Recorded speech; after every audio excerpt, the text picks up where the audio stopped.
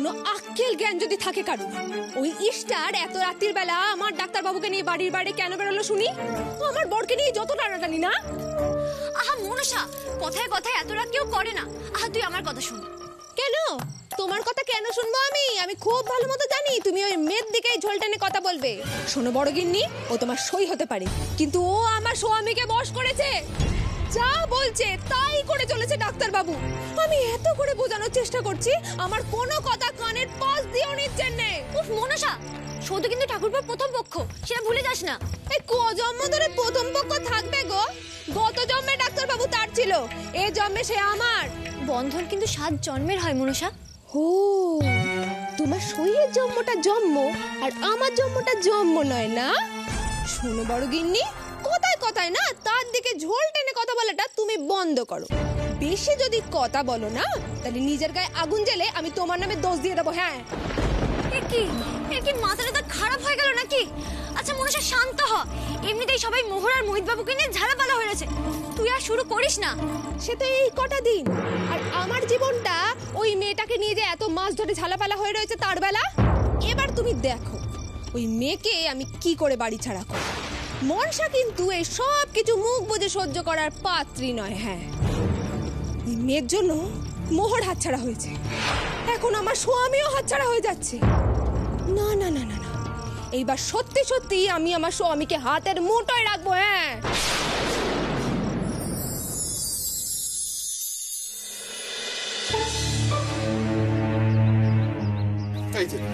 দিয়ে এলি তো মোহর?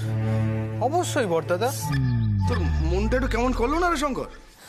মন কেমন কেন করবে মেজর জ্যাঠামশাই? ন্যায় তো ধর্ম তোই মোহর হলো মোহিত বাবুর, আমরাই মোহর রাখতে পারিনি। সেই তো লুকিয়ে রেখে রেখে একটু ছুঁতে পর্যন্ত দিল না মোহরগুলোকে। তোর বড়দাদার পালাটাও আর হলো না রে। আর বাবুসোনের বাপের মাথার চিকিৎসাও তো করানো হলো নে, সে তো সুস্থ হলো নে। শেষ পর্যন্ত বাবুসোনের বাপের কাছে দেশ আর কোনোদিনও স্বাধীনও হলো নে। আয় রে, সেসব কথা আমি পরে শুনবো বাপু। এই তো মোহিত বাবু। মোহিত বাবু, আপনার সঙ্গে একটু কথা আছে। কি কথা?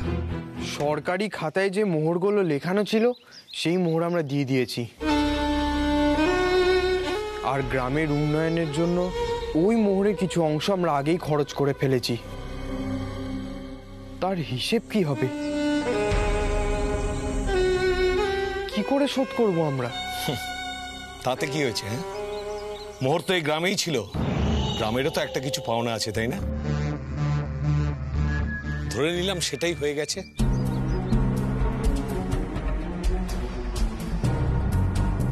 বাকিটা দাও।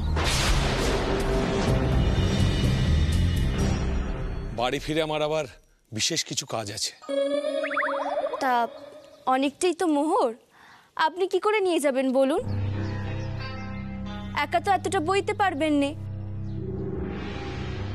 তার থেকে বরং আমরা কয়েকজন মিলে বাড়ি বই দিয়ে আসি। না না, তার কোনো প্রয়োজন হবে না। একটা ভাড়া গাড়ির ব্যবস্থা করে দিলে আমি নিজেই নিয়ে যেতে পারবো। আরে আমরা তো গাড়ি ডেকেই রেখেছি। আরে কই গো, তোমরা এসো। এই তো শঙ্কর, এই তো এসে গেছি একেবারে। এবার আর গাড়ি লাগবে না, মাথায় করে নিয়ে চলে যাব।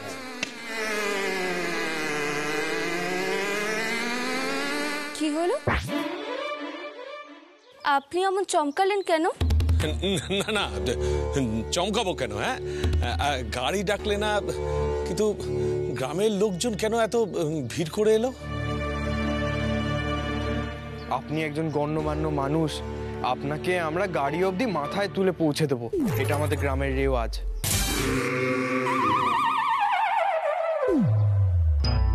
ব্যাপার কানা কি হচ্ছে বোঝা যাচ্ছে না তো। মোহিত বাবু, আপনি কি ভেবেছিলেন একখানা মোহর বানিয়ে গলায় ঝুলে এলে বুঝি আমরা সমস্ত মোহর আপনাকে দিয়ে দেবো?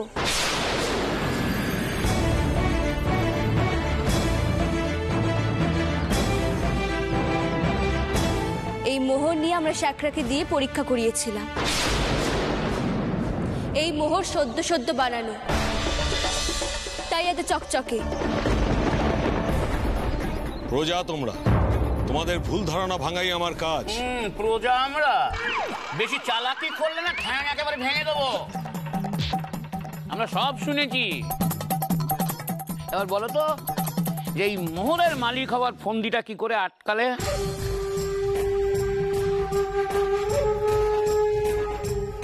এদিকে শোনো, জমিদার, ওই লোক দেখেছো? বেশি চালাকি করলে কিন্তু গণধোলাই হবে। মোহরটা নতুন নয়, পালিশ করা। ও পালিশ করা? ওসব গল্প বলে আর কোনো লাভ নেই বাপু। আপনার অনেক কিছুই বলে দেয় যে আপনি জমিদার বংশের লোক নন। আপনার জুতোইতে ধুলো ভর্তি।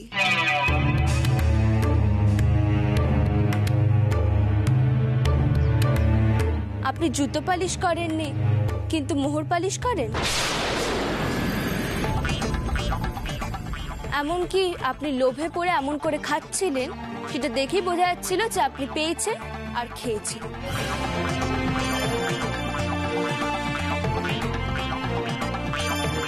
যার প্রতিদিন মন্ডা মিঠাই খাওয়ার অভ্যেস, সেমন হ্যাংলার মতো খায়নি।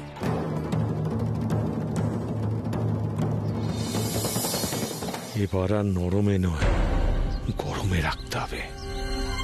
আমি কিন্তু পুলিশের সাহায্য নিতে বাধ্য হব। হ্যাঁ, আপনার নিতে হবে না, আমরাই সে ব্যবস্থা করে দিয়েছি। এই তোরা ওটাকে আটকে রাখতো। আরে ধনা গনসা, তোরা বাবা যা ওই থানায় যা তো। গনসা চ, একটু দেখি দেখি দেখি দেখি, একটু সরুন সরুন সরুন সরুন সরুন একটু। আপনারা পুলিশ? আমার মনে হয় কি আমার বৌমা শুধু আগে থেকেই ওনাদের খবর দিয়েছিল। হ্যাঁ সে কি, এই গ্রামের লোক আগে থেকেই জানতে পেরে গেছে যে আমরা সধুকে সম্বর্ধনা দিতে এসেছি।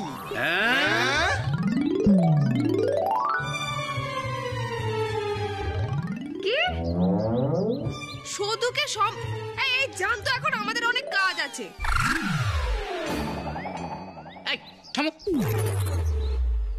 দারোগাবু, আমরা এখানে জোচ্চোর ধরতে এসেছিলাম।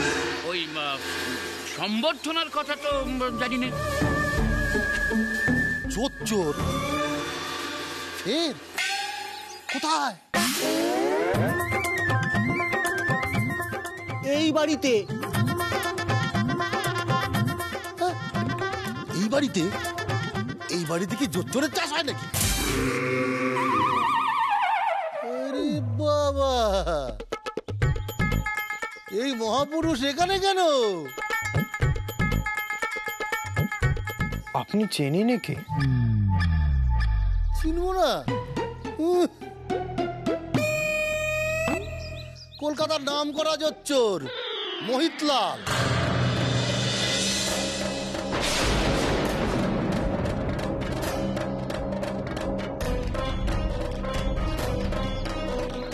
তার মানে আমি আপনাকে ঠিকই ধরেছি, আপনি ভালো মানুষ হতে পারেননি।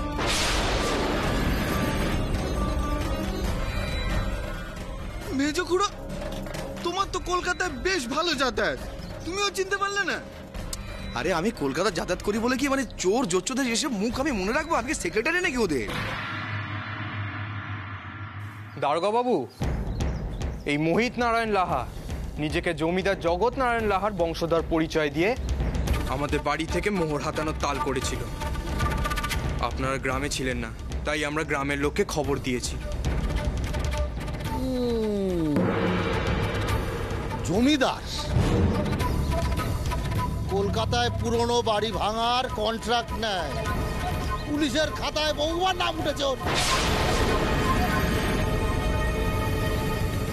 এবার বলুন তো, মোহরের সম্পর্কে এত গোপন তথ্য আপনি জানলেন কি করে?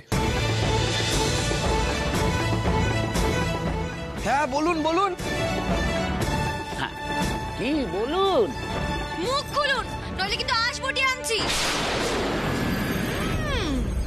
মোহর নিয়ে ভাগবার তালখানা কি করে করলেন একটু শুনি। আপনি বলবেন কি? বলুন বলুন বলুন। বলছি একটা পুরনো বাড়ি ভাঙা হচ্ছিল, সেখানে পুরনো দরজা জানলা কিনতে গিয়েছিলাম। সেখানে একটা আমি হাতে লেখা পুঁথি পাই। সেখানে মোহর সম্বন্ধে আমি বিস্তারিত জানতে পারি। তারপর আমি ওই পুঁথির মধ্যে মোহরের একটা ছবিও দেখতে পাই। তারপর সেটাই শ্যাকরাকে দেখিয়ে একটা মোহর বানিয়ে গলায় ঝুলিয়েছিলাম।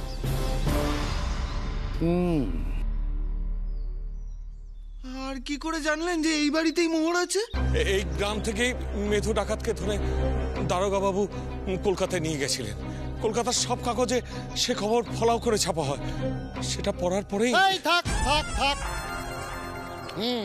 কই দেখি কলকাতার কাগজ। থাক থাক থাক থাক থাক থাক। অনেক বলে ফেলেছো, আর কিছু বলতে হবে না। এবার লকআপে তোমার খাতির যত্ন হবে। চলো। এই নিয়ে যাও একে।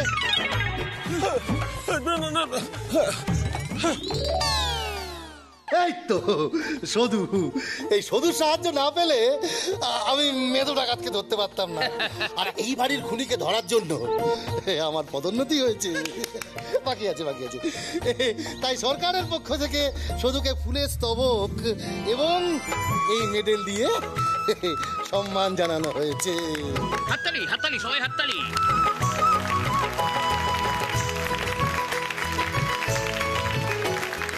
আর সধু দিদি সবার সেরা। আমার বৌমা সত্যি সকলের সেরা। আমার সোনা মা, লক্ষ্মী মা। আমাদের সধু, আমাদের সধু, আমাদের সধু।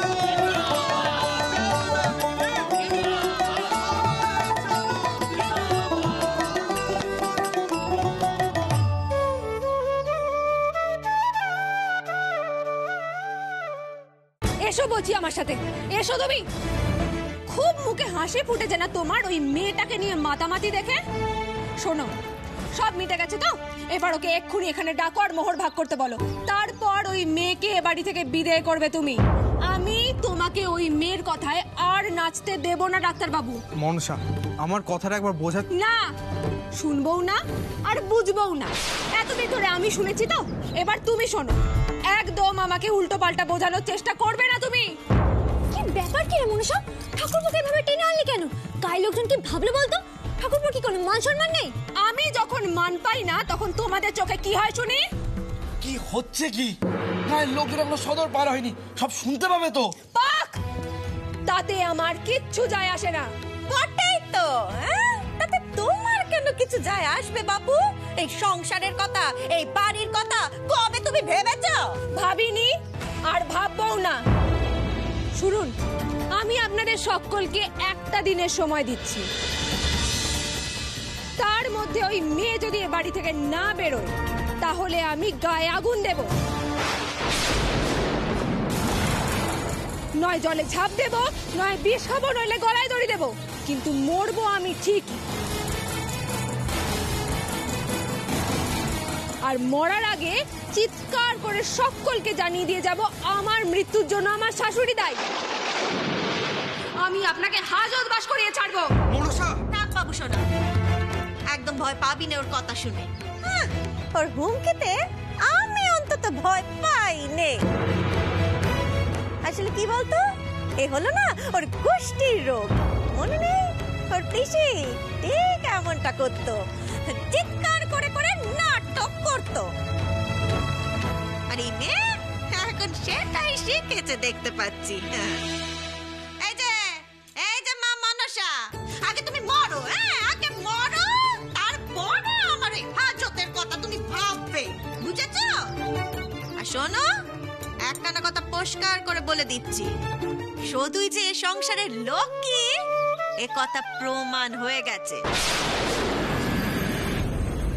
তাই তুমি বাবু মরো, বাঁচো, যা ইচ্ছে করো, আমার ছেলে বাবু সোনার সাথে সদুর বিয়ে আমি দেবই। কি?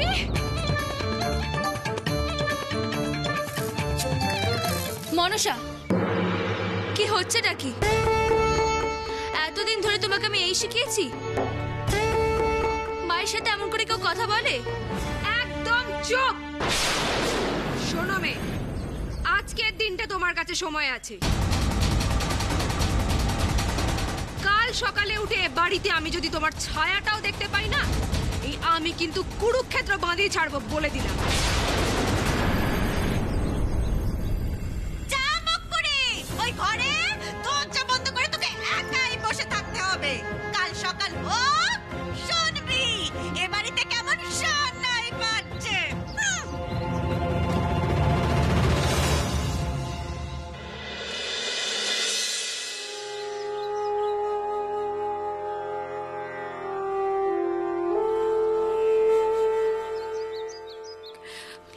লোকু, লোকু, আর কতদিন ওয়েট করতে হবে বলো তো?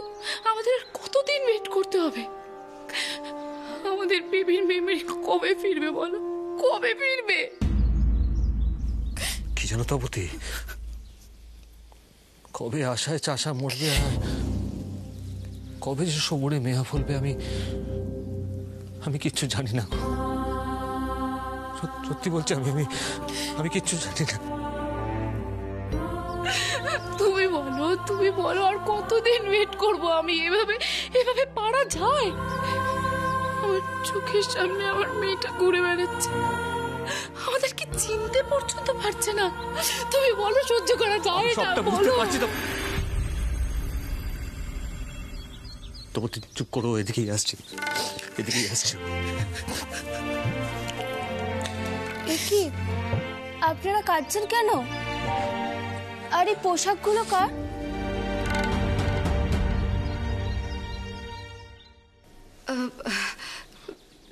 শুধু এই সব আসলে ওনাদের মেয়ের পোশাক। মেয়ে মানে আপনাদের মেয়ে? সে কোথায়? যে মানে আপনি একটু ওকে বলুন না। মারে, ওনাদের মেয়ে না হারিয়ে গেছে।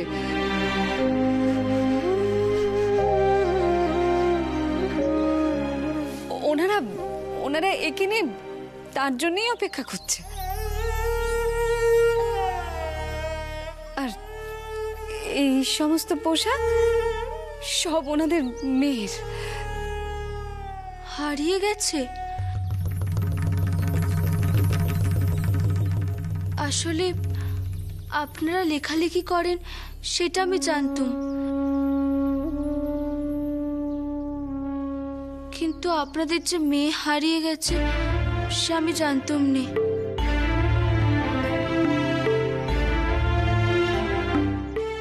আচ্ছা, আপনারা বগলামার কাছে কি কেন মানত করছেন না বলুন তো? ঠিক আছে, আজ সন্ধেবেলায় আমি বগলামাকে গিয়ে বলবো আপনাদের মেয়ে যেন তাড়াতাড়ি ফিরে আসে। কেমন?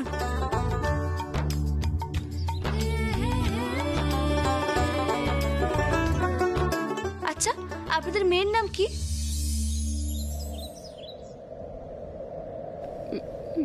মিনি।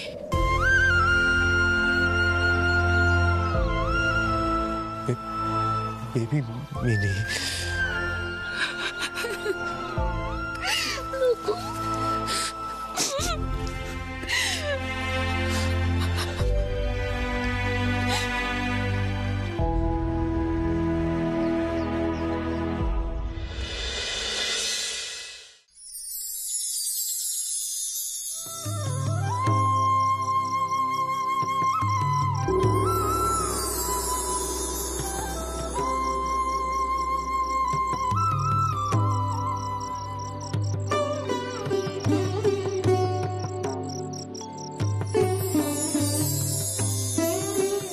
বেবি মিনিকে তুমি তার মা বাবার কাছে কেন ফিরে দিচ্ছ না ঠাকুর? ওনারা যে খুব কষ্ট পাচ্ছেন, সে কষ্ট চোখে দেখা যাচ্ছে না। আচ্ছা, এমন করলে কি চলে বলো? মায়ের কাছ থেকে সন্তান চলে গেলে কি সেই মা শান্তিতে থাকতে পারে? আমি তো আমার মাকে দেখেছি, আমার মাও এমন কষ্ট পেত। এমন করো না ঠাকুর, এমন করো না। ভেবে মিনিকে তার মা বাবার কাছে ফিরিয়ে দাও তুমি। সেই মনস্কামনায় আমি এখানে পুজো দিতে এসেছি।